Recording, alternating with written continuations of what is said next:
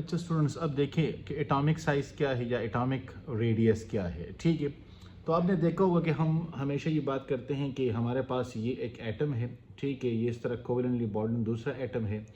तो ये हम डिस्टेंस लेते हैं और इसको हम 2 पे डिवाइड करते हैं। ठीक है, ये कोवेलेंट रेडियस हो गया। अब एटॉमिक रेडियस क्या है? तो एटॉमिक रेडियस हम कहते हैं कि ये न्यूक्लियस है और ये इसका आउटर मोस्ट शेल है, पेनल्टीमेट शेल जिसको हम कहते हैं। तो ये जो डिस्टेंस है ये बेसिकली एटॉमिक रेडिया है जिसको हम आर से डिनोट करते हैं। ठीक है, अब यहाँ पे इस पॉइंट को देखें कि absolute value of atomic radius can not be determine. मतलब ये कि हम इसकी एब्सोल्यूट वैल्यू को डिटरमाइन नहीं कर सकते। और उसका रीज़न क्या है? रीज़न ये है कि ये हमारे पास सपोज न्यूक्लियस हो गया, ये हमारे पास शेल हो गए।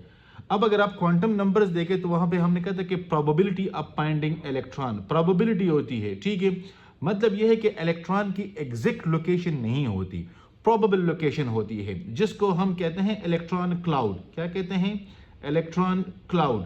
तो आपका जो इलेक्ट्रॉन क्लाउड है, तो यहां से हम कहते हैं कि ये जो डिस्टेंस है हमारा वो इलेक्ट्रॉन तक है। ठीक है, आउटर मोस्ट शेल तक है। लेकिन अब ये इलेक्ट्रॉन इस पोजीशन पे है या इस पोजीशन पे है, ये पॉसिबल नहीं है कि हम एग्जैक्टली फाइंड आउट कर सके।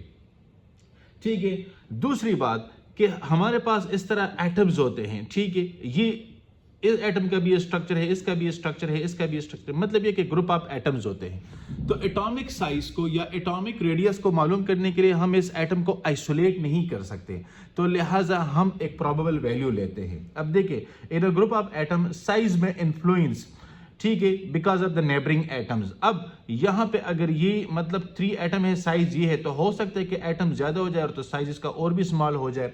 तो जब ग्रुप ऑफ एटम्स आते हैं तो वहां पे साइज क्या हो जाता है? वो इन्फ्लुएंस कर जाता है। Atomic radius are derived from the bond length. अब ये बॉन्ड लेंथ से ही डिराइव हुआ है, लेकिन बॉन्ड लेंथ के लिए टेक्निक क्या यूज किए हैं? तो ये एक्स-रे डायफ्रैक्शन टेक्निक यूज हुए हैं। ठीक है, इलेक्ट्रॉन डायफ्रैक्शन मेथड इस्तेमाल हुआ है, इलेक्ट्रॉन डायफ्रैक्शन मेथड इस्तेमाल हुआ है। इस तरह और हमारे पास टेक्निक्स है। ठीक है, मैग्नेटिक रेजोनेंस स्पेक्ट्रोस्कोपी इस्तेमाल हुए है, इंफ्रारेड स्पेक्ट्रोस्कोपी इस्तेमाल हुए, IR जिसको हम कहते हैं। इसकी वजह से ये मालूम किया गया है। अच्छा, द फिफ्थ पॉइंट कि as we can not calculate the exact value, हम ऑपरेशनल वैल्यू को मालूम कर सकते हैं। तो ऑपरेशनल वैल्यू क्या है?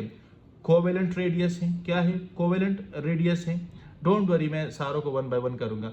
अयानिक रेडियस है। क्या है? अयानिक रेडियस है। हमारे पास वंडरवाल रेडियस है। क्या है? वंडरवाल रेडियस है। और फोर्थ नंबर हमारे पास मेटालिक रेडियस है। क्या है? मेटालिक रेडियस है। तो मतलब यह है कि आप इस तरह ऑपरेशनल कैलकुलेशन कर सकते हैं।